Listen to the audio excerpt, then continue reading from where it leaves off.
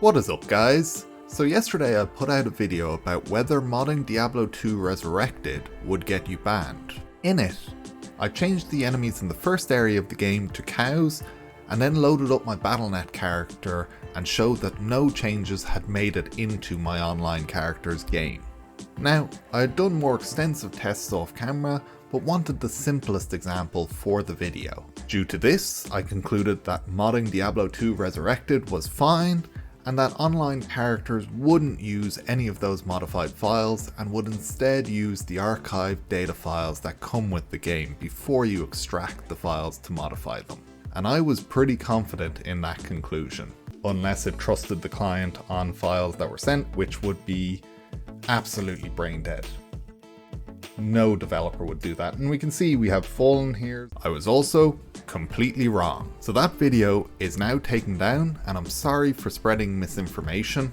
It turns out that in multiplayer, a lot of the data does come from the server, but not all of it. Some of it does come from the client side. And not only does it come from the client side, but it doesn't come from those archived data files. It comes from your modified files. So for example, enemy stats, locations, maps, all of that comes from the server, but models, sprites, strings like item names, some data, which is really weird, that all comes from the client side.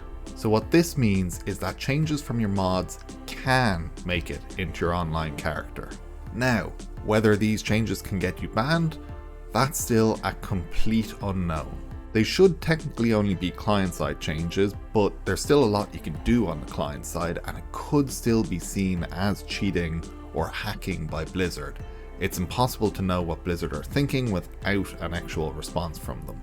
Now, it would be bad form for them to ban someone over this and say it's cheating or hacking, but Blizzard have done a lot worse. And again, in my previous video, I said I reached out to Blizzard over multiple different mediums. So I tried Twitter, support, their forums, etc. and didn't get any response. And the same is true here. And they just told me, nope, sorry, we can't answer that question. Ask on the forums. I asked on the forums. No one there could answer the question, and not only that, but people with better connections than myself have also reached out, similarly to no avail. So Blizzard are completely silent on this so far. Now it'd be great if this video got Blizzard's attention and forced a response, but I'd say it would take someone with a much larger audience than myself to shine a light on this, and only then would Blizzard potentially respond. So from a technical level, the design decision here doesn't make much sense. It would be trivial to put in a check before loading an online character and only load the archived data files which you check the validity of, etc. before starting that online character. And that's what I assumed was happening, because it makes sense to me as a developer. That's how I would approach the situation. However, you all know the saying about what happens when you assume.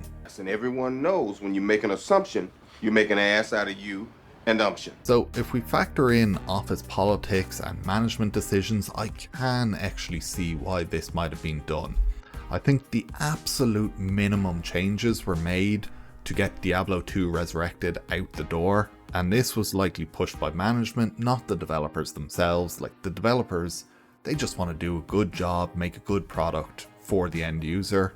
And this is something that kind of strikes me as it was raised by developers, and then management looked at it, looked at the margins and went, modders, they're a tiny portion of our audience.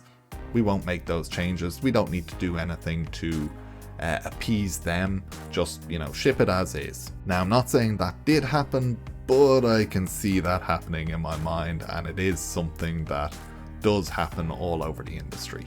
So again, I'm really sorry for the last video. I only had good intentions, trying to alleviate some of the concern that was there in the modding community, but clearly I didn't test it extensively enough, and I made some assumptions which came back to bite me in the ass. If you're going to be using Diablo 2 Resurrected mods, don't load your online Battle.net character. Have a separate shortcut or something for your mods only, and then only launch your online character through the Battle.net launcher.